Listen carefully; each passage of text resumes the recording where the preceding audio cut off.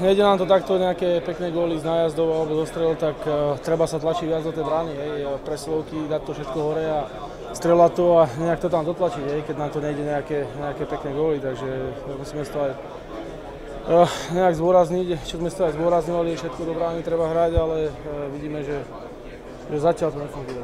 Proste ešte nás čakajú, ak som povedal, 2 zápasy, treba pozitívne, všetko proste, každý zápas sa dá vyhrať.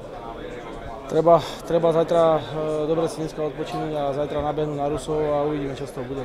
Hovorím, každý zápas je vyrovnaný, nikto tu nie je favorit proste pred každým zápasom, takže jak som povedal, no už by bolo dobre, keby tam nejaké góly padli, ale treba si ísť za tým. Rusi tu každoročne majú dobrý mančov, takže to nejak neprekvapuje, veľmi dobrí korčuliari. Treba s nimi hrať pohybe. No. Musíme hrať trpezlivo, jak každý zápas, hovorím, ale je to hlavne o korčulovaní s nimi. Sú šikovní na tých presilovkách, tak treba hrať čo najmenej k tomu slabým.